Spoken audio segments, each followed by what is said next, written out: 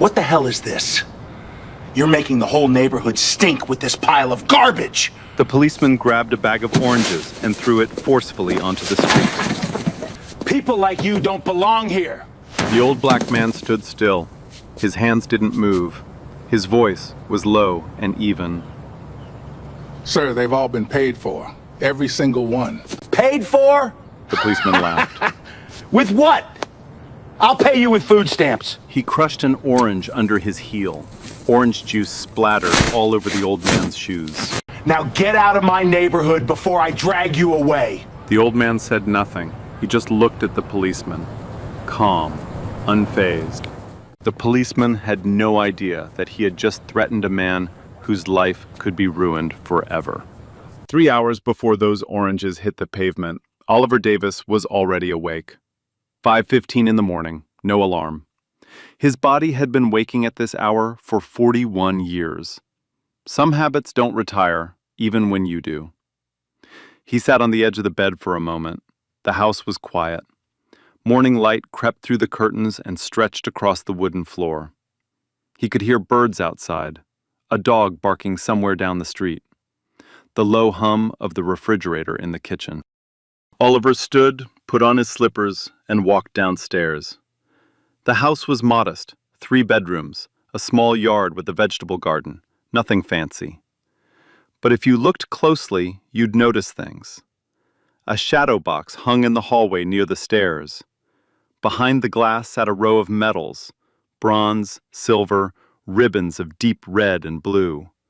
The kind of medals most people only see in museums. Oliver walked past them every morning without a glance. To him, they were just part of the wall. In the living room, a framed photograph sat on the bookshelf. A younger Oliver, shaking hands with someone in a dark suit. The other man's face was half hidden behind a glare on the glass. The shelves around it were packed with thick books.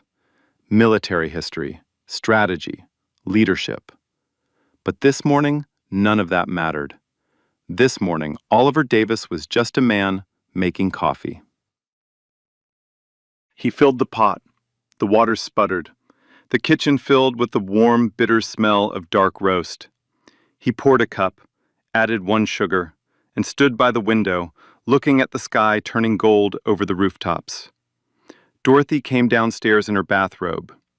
42 years of marriage, and she still kissed him on the cheek every morning. "You're loading up the truck again?" she asked. "It's Saturday," he said. Like that explained everything. She shook her head and smiled. "Don't give them all away for free again, Ollie. You always come back with an empty truck and an empty wallet." He chuckled. "No promises." By 6:30, Oliver's old pickup was loaded. 12 crates of oranges from a local farm outside the city, a folding table, a hand-painted sign he'd made 3 years ago. The paint was fading at the edges. It read, "Fresh oranges, $3 per bag or free for kids." He drove 10 minutes to the corner of Elm Street and 5th Avenue. Same corner every Saturday for 3 years.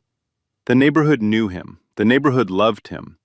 It was a transitional part of the city, historically black, old brick homes, a barber shop that had been there since the 70s, a church with a cracked parking lot, and a gospel choir that rehearsed with the windows open.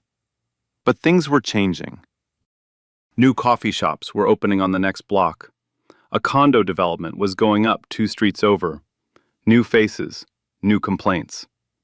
Someone had called the city last month about unlicensed street vendors creating an eyesore. Someone else filed a noise complaint about the church choir. Nobody said it out loud, but everybody knew what was happening.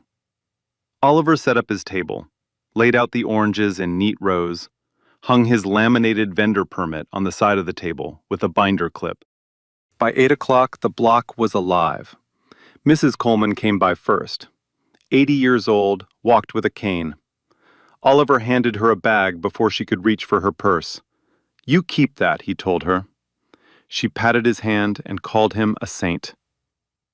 A group of kids on bikes circled the table. Oliver tossed each one an orange. They caught them like baseballs and rode off laughing.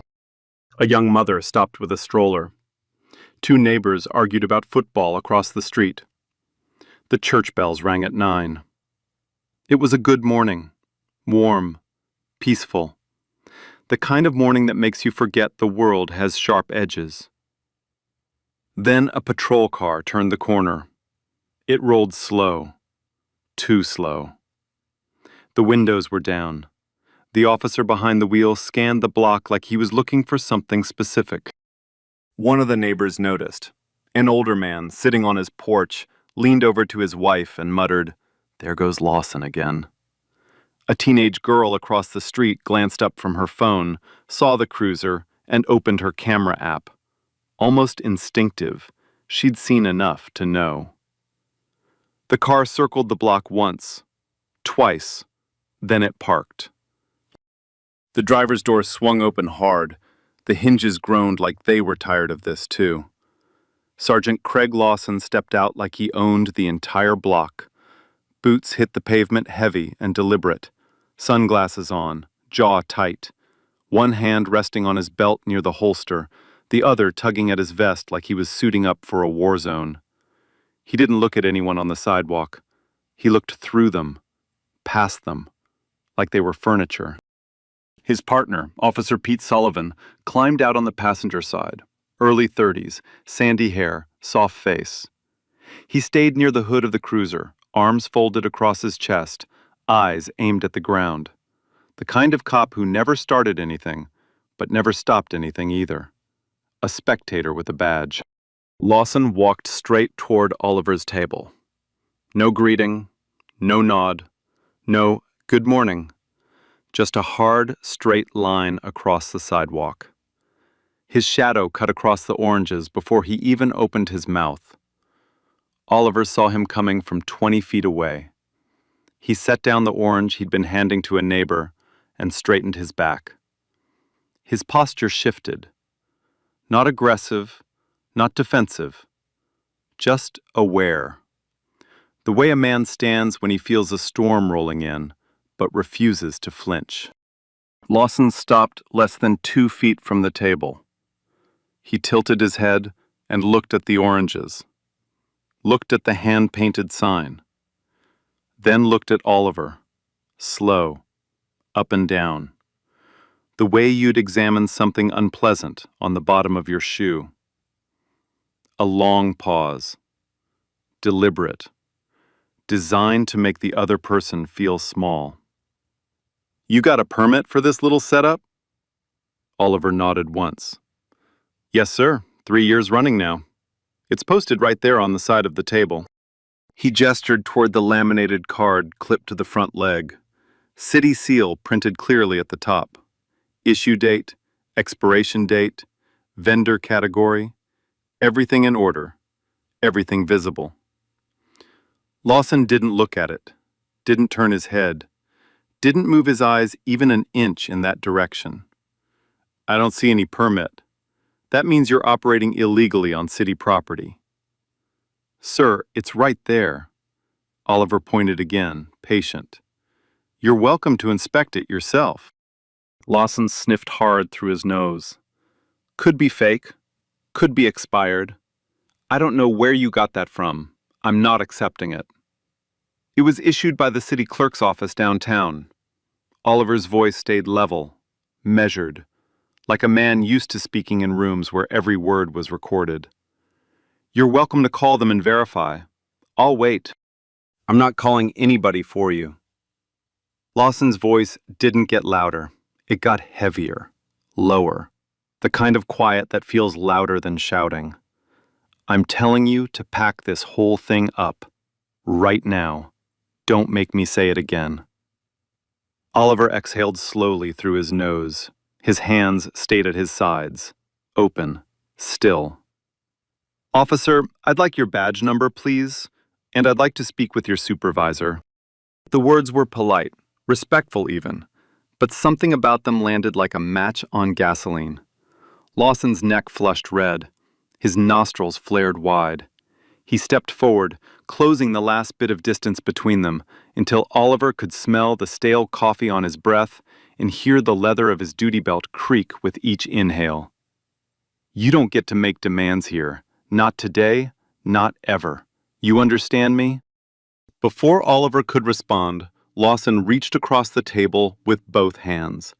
He grabbed a full crate of oranges, 15 pounds of fruit, and flipped it off the edge. The crash split the morning wide open. Wood cracked against concrete. Oranges exploded on impact. They bounced and rolled in every direction, into the gutter, across the asphalt, under the tires of parked cars. Juice sprayed across the sidewalk in bright, sticky streaks. Pulp and rind scattered like shrapnel. The smell hit instantly. Sharp, sweet citrus mixed with hot concrete and dust. Everything on the block stopped. A woman at the crosswalk covered her mouth with both hands. A little boy pulling a red wagon froze and pointed. The man on his porch stood up from his chair so fast it scraped across the wood. Oliver watched his oranges scatter. 3 years of Saturday mornings. 3 years of waking before dawn, loading the truck, setting up the table, painting that sign. He watched all of it roll into the gutter in 2 seconds. His jaw tightened, just barely, just enough for someone paying attention to notice. But he didn't step back. He didn't raise his hands. He didn't raise his voice. "Officer." The word came out like it was carved from stone. "Those belong to me. You have no legal right to destroy my property." Lawson stared at him like he'd just heard the funniest joke of his life. "What property? This junk?" He kicked a loose orange off the curb. It burst against a fire hydrant. "You should be thanking me for cleaning up after you. This neighborhood doesn't need your kind turning it into a swap meet." "I've been selling here for 3 years, officer. No complaints, no violations." "I am the complaint." Lawson jabbed a thick finger toward Oliver's face, close enough to touch. "People like you just set up wherever you want, make the place look like a third-world flea market. Decent folks around here are tired of it." "People like you." The phrase hung in the warm morning air like a stain that wouldn't wash. Oliver said nothing. Not because he had nothing to say, because he knew, deeply, from decades of experience, that nothing he said would reach this man. 2 blocks south, Dorothy Davis was walking toward the corner carrying a small paper bag, a water bottle, and a turkey sandwich, same as every Saturday. Her routine, their routine. She saw the patrol car first, then the oranges on the ground, then her husband, 68 years old, standing perfectly still, while a white officer stood so close to his face she could see the veins in the man's neck from across the street. Her steps slowed, her breath caught. Her hand pressed against her chest like she was holding her heart in place. Then her expression shifted. Confusion first, then disbelief. Then something colder, something deliberate. She reached into her jacket pocket and pulled out her phone. Tapped the camera, tapped record. Her hands were trembling, but the phone stayed level. The frame stayed steady. Across the street, the teenage girl from earlier was already live streaming. She held the phone low against her hip, angled upward. The red dot blinked. The viewer count climbed. 50, 100, 300, 500. Comments poured in faster than anyone could read. More people gathered. The barber stepped outside, with foil still pressed into a client's hair. 2 joggers stopped mid-stride on the opposite sidewalk. A mail carrier paused his route and stood with his bag hanging open, watching. Everyone was watching. Everyone was recording. Lawson noticed. He turned his head and counted the phones. 6, 7, maybe more. Something flashed across his face. Quick, just a flicker. Maybe doubt. Maybe calculation. Maybe the faintest whisper of self-preservation. Then it was gone, and he doubled down. "Put the phones away, every single one of you. This is an active police matter, and you are interfering with an officer. That's a misdemeanor. Nobody moved. Nobody lowered a single phone. Lawson turned back to Oliver. Slower now. Heavier. Last warning, old man. I haven't done anything wrong, officer. Lawson unclipped the radio from his shoulder strap. The static popped and crackled, sharp, electric, cutting through the thick morning quiet. He pressed the talk button and spoke without looking away from Oliver's face. Dispatch, Unit 44. I've got an unlicensed street vendor on Elm and 5th, refusing to comply with a direct lawful order, requesting backup at my location. The radio crackled back, a flat voice. Copy, 44. Unit en route. Oliver didn't blink. His feet were planted shoulder-width apart. His hands hung at his sides, open, visible, perfectly still. His chin was level. His breathing was even. It was the posture of a man who had stood before generals and senators and presidents. A man who had given orders that moved armies across continents. But Lawson couldn't see any of that. All Lawson saw was a black man who refused to do what he was told. Sullivan shifted by the cruiser. His arms were still crossed, but his face had gone pale. He rocked his weight from one foot to the other, staring at a crack in the sidewalk. "Sarge," he murmured, "maybe we should just let this—" "I said shut it, Pete." Sullivan pressed his lips together and looked away. The sun climbed higher. The sidewalk baked. Somewhere down the block, church bells rang 10 times. The juice from the crushed oranges was already drying into dark, sticky stains on the concrete. And this was only the beginning. Lawson held Oliver's driver's license between 2 fingers, like it was something dirty. He tilted it toward the light, squinted, flipped it over, squinted again. Then he walked back to the patrol car and leaned through the open window, running the ID through the system. He took his time. A long time. The kind of time that isn't about checking anything.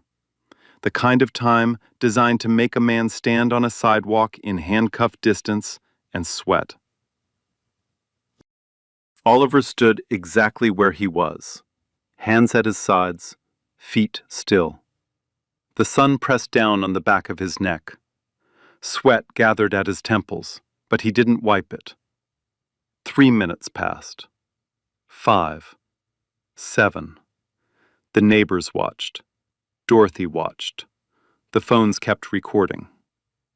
Finally, Lawson walked back, slower than before. His jaw was working side to side like he was chewing on something bitter. The ID came back clean, completely clean. Not a parking ticket, not a warning. Nothing. And that made him angrier. He tossed the license onto the ground at Oliver's feet. It spun across the concrete and landed face down in a puddle of orange juice. "Pick it up," Lawson said. Oliver looked at the license on the ground. He looked at Lawson. Then he bent down, slowly, the way a 68-year-old body bends, and picked it up. He wiped it on his shirt without a word. Lawson watched him do it. A small smile pulled at the corner of his mouth. Then his nose twitched. He sniffed the air. Exaggerated, theatrical, the way a bad actor performs surprise. "What's that smell?"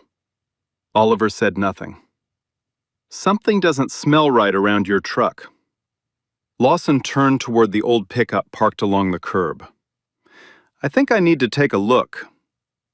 There's nothing in my truck but oranges and a folding table.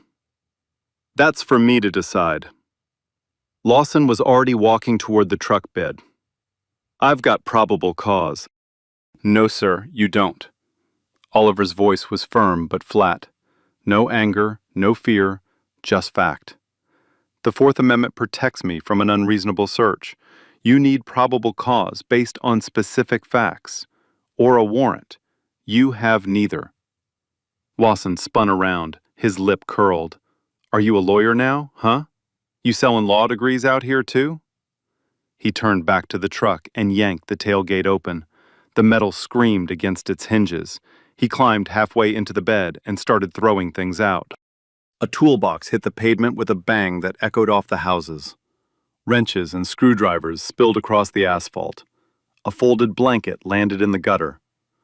A cooler full of water bottles tipped and cracked open. Water pooled around Oliver's shoes. Then Lawson grabbed the last 2 crates of oranges. He shoved them off the truck bed one at a time. They hit the ground and split apart. Oranges everywhere. The entire sidewalk was covered. Crushed fruit, broken wood, juice running into the storm drain in a thin orange river. Lawson jumped down from the truck. He wiped his hands on his pants. "Nothing illegal." He said it like it was Oliver's fault. "But you've got a hell of a mess to clean up." Oliver stared at the destruction. His entire morning, reduced to pulp and splinters on the concrete. The toolbox his father had given him 30 years ago was lying open in the street. The blanket Dorothy kept in the truck for cold mornings was soaking in gutter water. He didn't speak. He didn't need to. His silence said more than any words could. And that silence, that absolute, unshakable calm, was what broke Lawson's last thread of composure. Lawson stepped directly into Oliver's space, close enough to feel his breath, close enough to count the pores on his skin. "You think you're smart?" The words came out in a low hiss. "You think quoting the Constitution at me makes you better than me?" Oliver didn't step back, didn't lean away, didn't blink. "I know my rights, officer, that's all." "Your rights." Lawson almost whispered it, like the word tasted rotten. "Let me tell you about your rights." His hand shot out and grabbed Oliver by the upper arm. The grip was hard enough to leave marks on a 68-year-old's skin. He spun Oliver around and shoved him chest first against the side of the pickup truck. The metal was hot from the sun. It burned through Oliver's shirt. "Hands on the vehicle, now. Spread your feet." "On what charge?" "Resisting a lawful order. Obstruction. Whatever else I feel like writing up." Lawson kicked Oliver's feet apart and began patting him down. Rough. Aggressive. His hands moved like they were searching for something he knew wasn't there. The crowd erupted. "Leave him alone!" A woman's voice, high and sharp. "He didn't do nothing!" A man from the porch, stepping into the street. "This is wrong! Somebody call somebody!" Voices overlapped and crashed into each other. The teenage girl's live stream now had 4,000 viewers. The comments were a wall of fire. Sullivan stood by the cruiser. His face had gone from pale to gray. His hands were shaking. He opened his mouth twice and closed it both times. He looked like a man watching a building burn and holding an empty bucket. Dorothy was 10 feet away now. Tears ran down her face. Her lips were pressed so tight they'd gone white. But the phone was steady. The camera never moved. She kept recording like her life depended on it. Maybe it did. Lawson pulled a pair of handcuffs from his belt. The metal clinked, bright, cold, final. He grabbed Oliver's right wrist and snapped the first cuff on, then the left. The sound of the cuffs locking echoed across the silent block.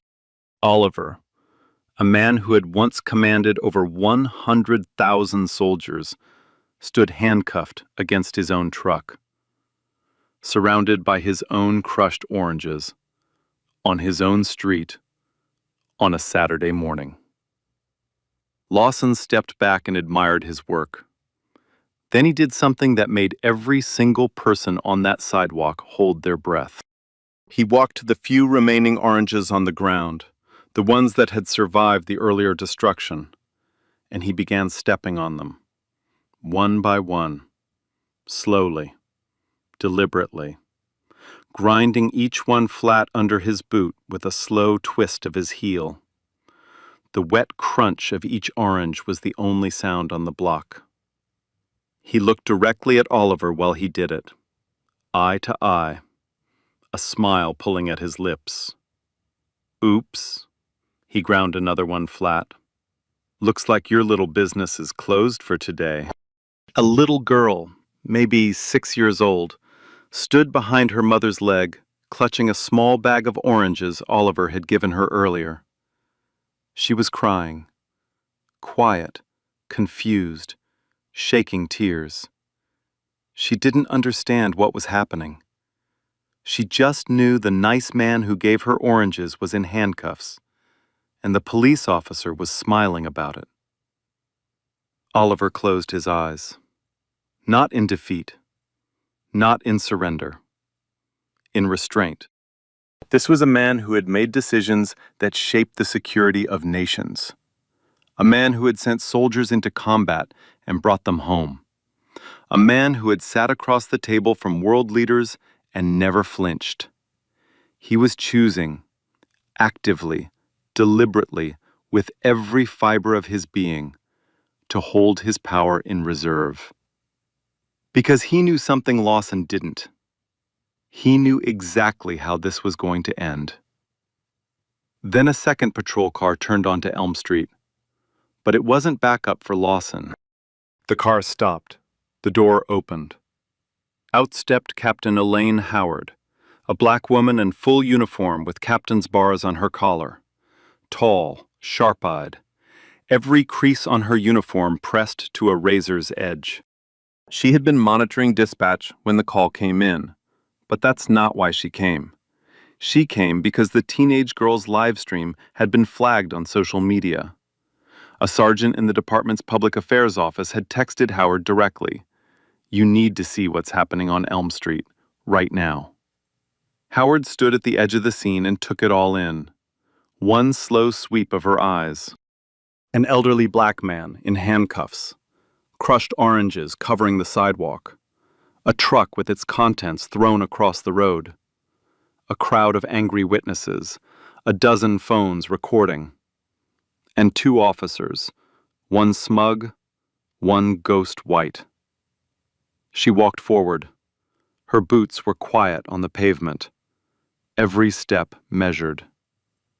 "Sergeant Lawson." Her voice cut through the noise like a blade. "What exactly is going on here?" Lawson straightened up. He shifted into report mode, automatic, rehearsed. "Captain, I've got an unlicensed vendor who refused to comply with a lawful—" "I can see the permit from here, Sergeant." Howard pointed at the laminated card still clipped to the overturned table. "It's right there." Lawson's mouth opened. Nothing came out. Howard turned to Oliver. She looked at his face, then at his hat, a faded veteran's cap with a military insignia stitched above the brim. She looked at the hat for a long time. Then her expression changed. Something behind her eyes shifted. Recognition, realization, and then something that looked very much like controlled fury. She stepped closer. "Sir." Howard's voice dropped low, almost private, like she was afraid to say it too loud in case she was wrong. "Are you General Davis?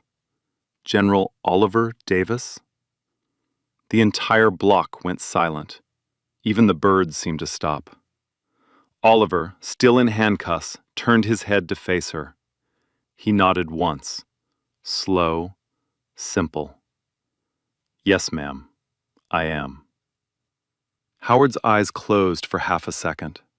When they opened, they were on fire. She turned to Lawson.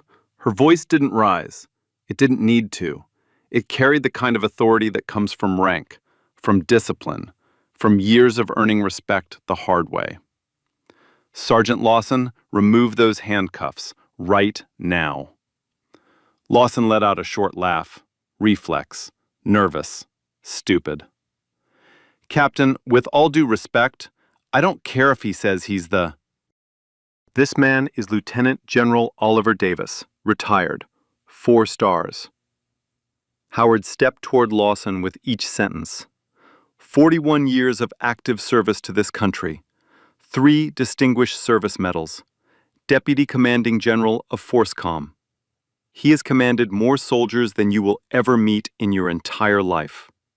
She stopped inches from Lawson's face. Remove the handcuffs. Now. The silence that followed was so thick, you could feel it pressing against your chest. Every phone on the block was locked on this moment. The live stream had crossed 12,000 viewers. Lawson's face went through 3 colors in 5 seconds. Red to white to gray. His mouth hung open like a door with a broken hinge. He reached for his keys. His hands were shaking so badly, the keys jingled against each other like loose change. He fumbled with the lock once, twice. On the 3rd try, the cuffs clicked open and fell away. Oliver brought his wrists forward slowly. Red marks circled both of them, dark against his skin, already bruising. He rubbed them one at a time. No rush, no relief on his face, just patience. The patience of a man who had waded through worse. Then he looked at Lawson, not with anger, not with triumph, with something far more devastating. A steady, unwavering gaze that carried the weight of 4 decades of command. The kind of look that made colonels stand straighter and generals reconsider. Lawson couldn't hold it. His eyes dropped to the ground. Oliver spoke, and when he did, every word landed like a gavel. Captain Howard, I want this officer's full badge number and name. I want his direct supervisor's name. I want the incident case number for this interaction, and I want copies of all body cam footage from both officers, unedited, time-stamped, and preserved. He paused. Let the weight settle. I will be filing formal complaints with the department's Internal Affairs Division, the City Council, the Mayor's Office, and the Department of Justice Civil Rights Division. I will also be contacting my attorneys. Every word was measured. Every word was precise. This was not a man making threats.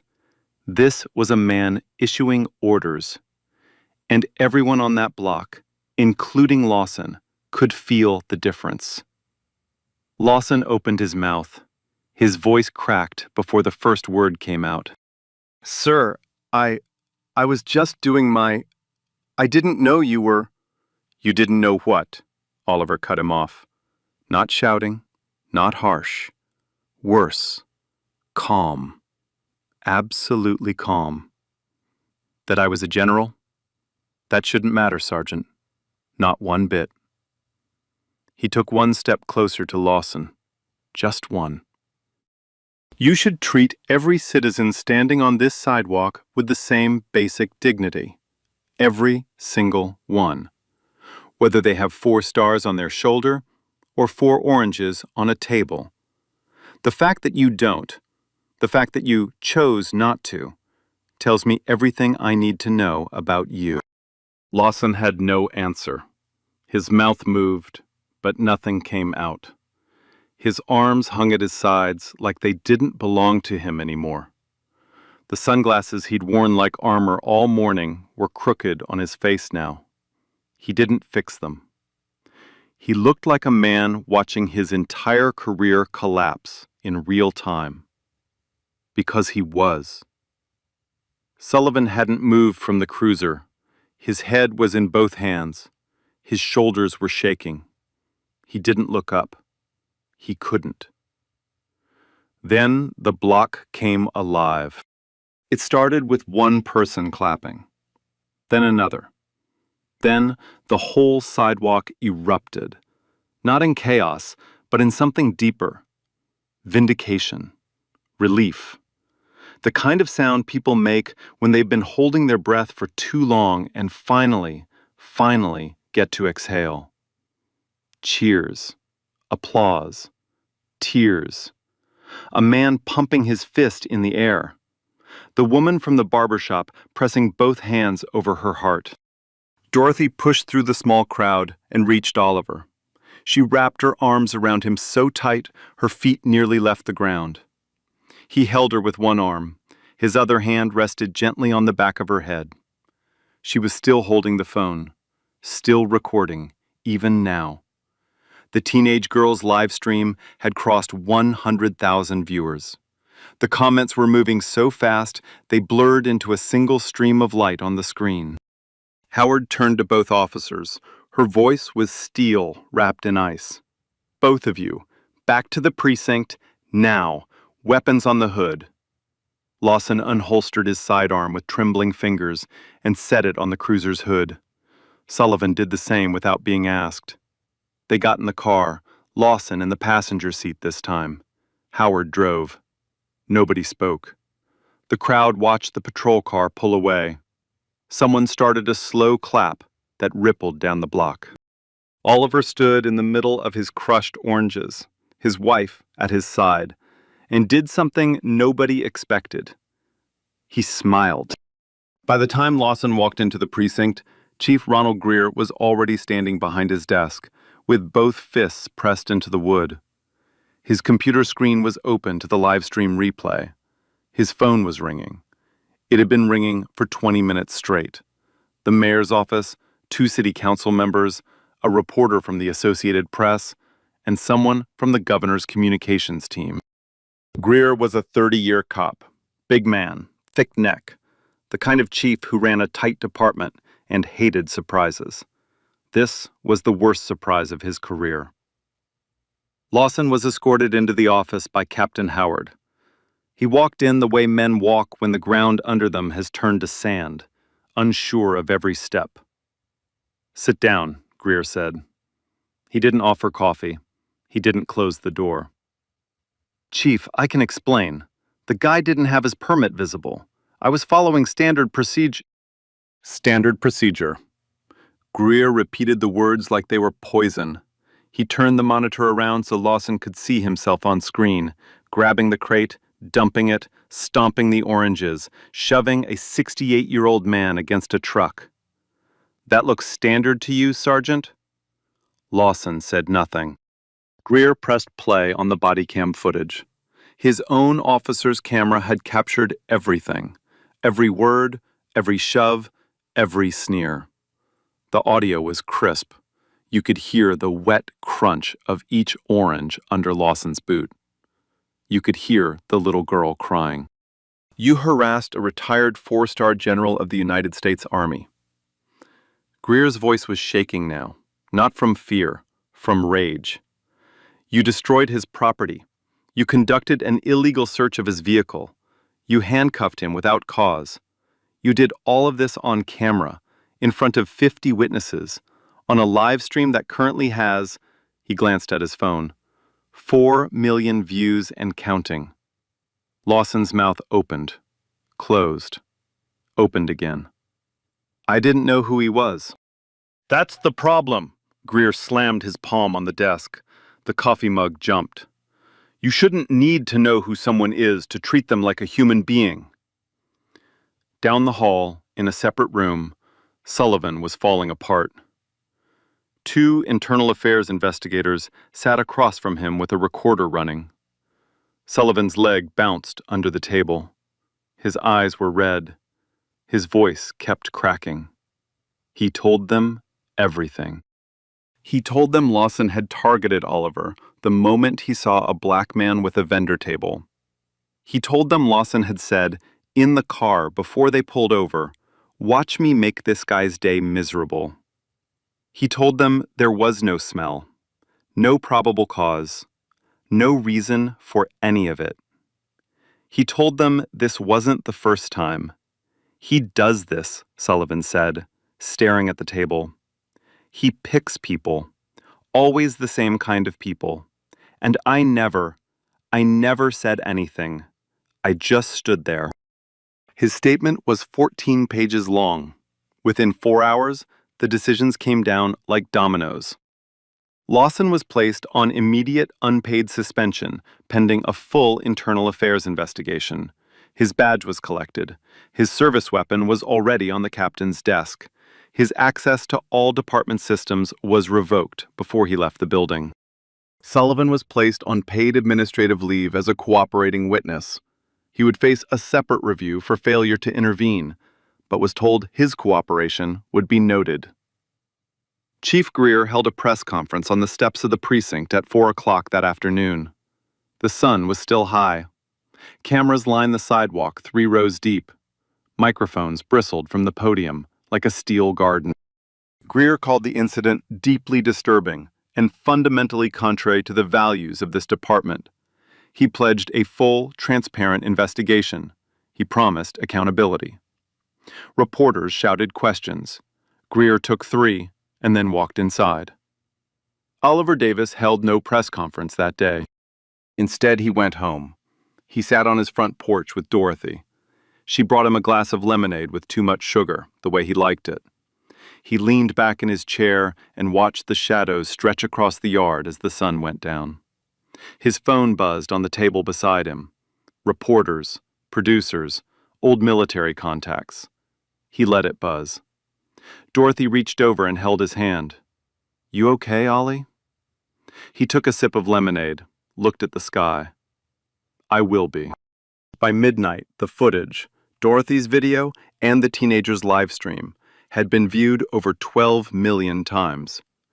Every major network had picked it up. The story was everywhere. And it was only Saturday. By Monday morning, the story had a name. The internet called it the Orange Stand Incident. It trended on every platform. Cable news ran the footage on a loop. The crate flipping, the oranges bursting, the handcuffs clicking shut on a man who had done nothing wrong. Pundits argued about it. Commentators wept over it. The clip of Lawson stomping oranges while smiling was turned into a symbol overnight.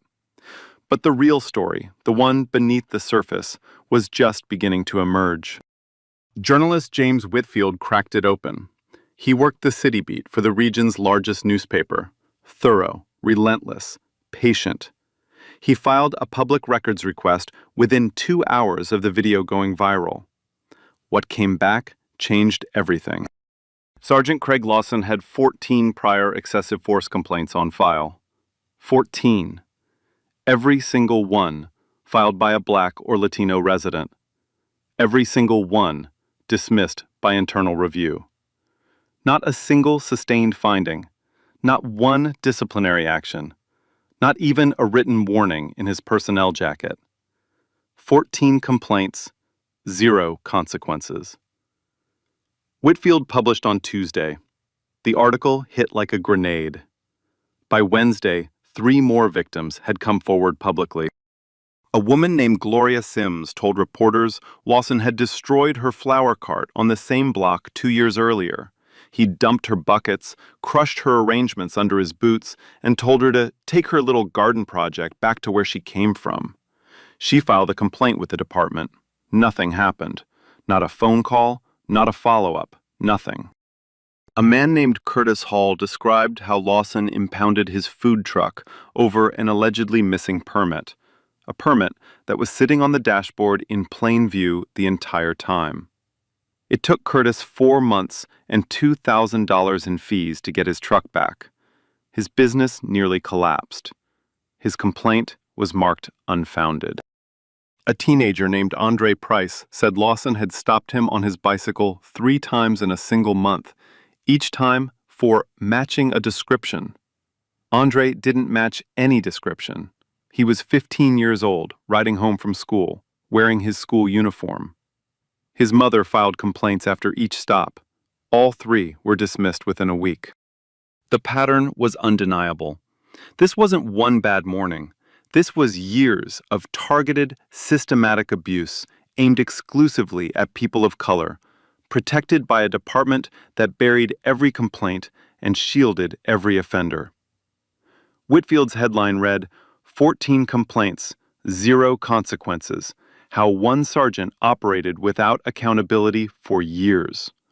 It was shared over 2 million times in 48 hours. By Thursday, the Department of Justice Civil Rights Division announced a formal investigation, not just into Lawson, into the entire department. The scope covered hiring practices, complaint handling procedures, use of force policies, and patterns of racially discriminatory policing. Federal investigators arrived within a week. They brought boxes. They brought subpoenas. They weren't leaving anytime soon. Oliver gave one interview, just one. He sat in his living room across from a national news anchor. Dorothy sat beside him, quiet, her hand resting on his arm. He spoke the way he always spoke, measured, precise, without a single wasted word. He described the incident plainly, no embellishment, no dramatization. And somehow, the simplicity of his account made the cruelty feel even more obscene. Then he said something that stopped the country. I survived that encounter because of who I am. Because I have stars on my record and connections in Washington and lawyers who answer my calls. He paused, looked directly into the camera. But what about the man who doesn't have those things? What about Gloria and her flowers? What about Curtis and his food truck? What about a 15-year-old boy on a bicycle? His voice didn't crack. It didn't waver. The question isn't what happened to me. The question is what happens to them every single day when nobody's recording. That clip, 43 seconds, was viewed over 30 million times. It was played on the floor of the United States Senate. It was quoted in editorials across 4 countries. 6 weeks later, Sergeant Craig Lawson stood trial in federal court.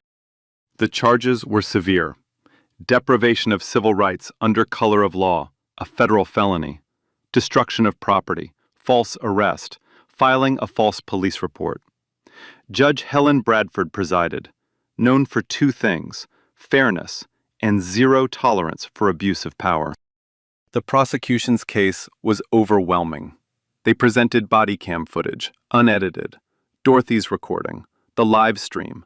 They called Sullivan to the stand, and he testified for 3 hours, detailing not just that Saturday, but months of Lawson's behavior he had witnessed and never reported.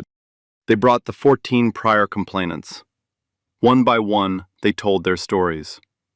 Gloria Sims, Curtis Hall, Andre Price's mother, speaking on his behalf because Andre was too anxious to face the courtroom. Each story different in detail, identical in pattern. Expert witnesses testified on racial profiling and the statistical impossibility of 14 minority complaints being coincidental. Lawson's defense argued he followed department procedures. Judge Bradford was unmoved. The jury deliberated less than 4 hours. Guilty, all counts.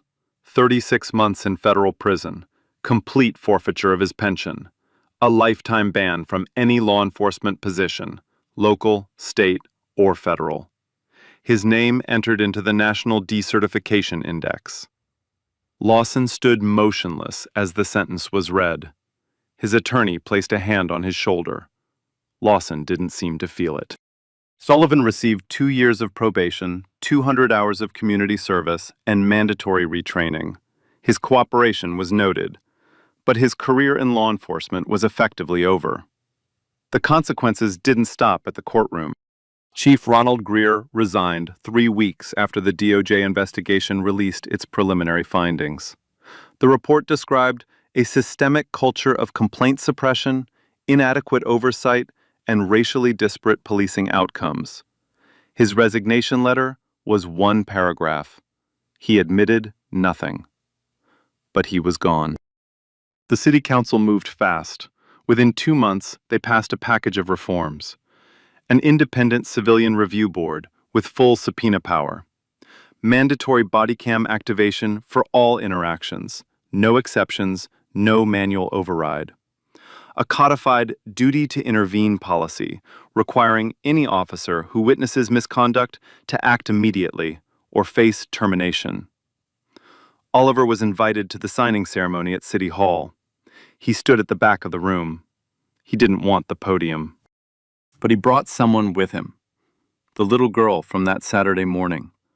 The one who had stood behind her mother's leg, clutching a bag of oranges and crying. Her name was Amara, 6 years old, yellow dress. She held a single orange in both hands. When the mayor signed the last page, Amara walked forward and handed him the orange. The room went silent. Then it erupted. An Associated Press photographer captured the moment. A 4-star general standing behind a 6-year-old girl in a yellow dress, handing an orange to the mayor of the city. The image ran on the front page of 11 newspapers the next morning. It became the photograph that defined the entire story. The following Saturday, Oliver Davis drove his old pickup truck to the corner of Elm and Fifth. Same corner, same time, same folding table, same hand-painted sign. He'd touched up the faded letters with a fresh coat of blue paint the night before. But this Saturday was different. There was a line around the block. People from every part of the city had come. Some drove 40 minutes, some took the bus. They didn't all come for oranges. They came to shake his hand, to say thank you, to stand on the same sidewalk where a man had refused to break, and feel something real beneath their feet. Oliver greeted every single person. He shook hands. He hugged strangers. He let a little boy try on his veteran's cap and saluted him when the boy saluted first. He didn't charge a cent that day. Every orange was free. Dorothy stood beside him the entire morning. She wore a yellow sundress, the same shade as Amara's, and smiled so wide her cheeks hurt by noon.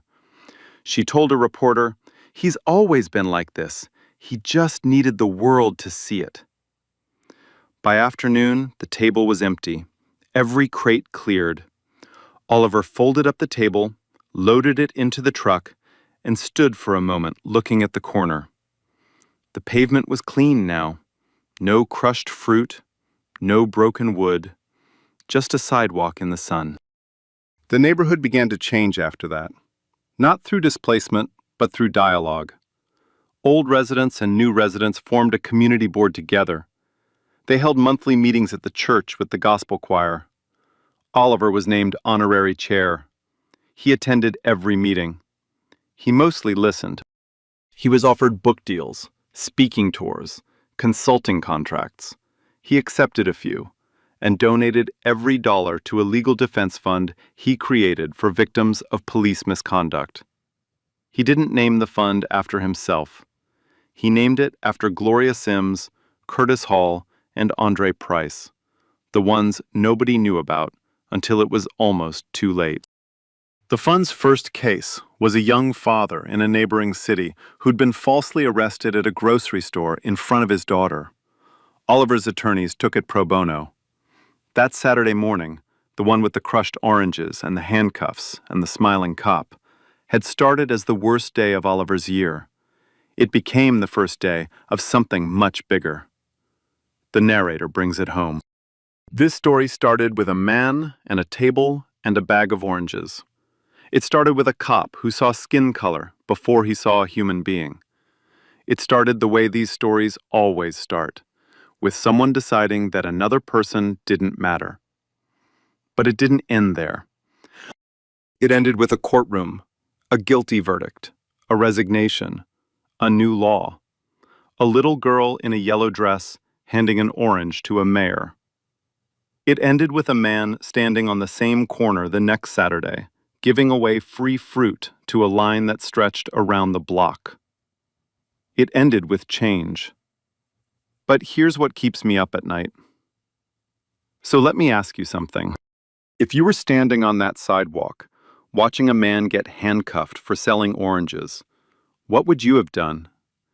Would you have pulled out your phone? Would you have said something? Or would you have crossed the street and kept walking? Drop your answer in the comments. I want to hear it. I genuinely want to know. If this story made you feel something, if it made you angry or hopeful or both, hit that like button. Share it with someone who needs to hear it. And subscribe if you haven't already, because the next story, trust me, it hits even harder. And remember this, because it matters more than anything else I've said today. Respect doesn't have a rank. Dignity doesn't need a resume.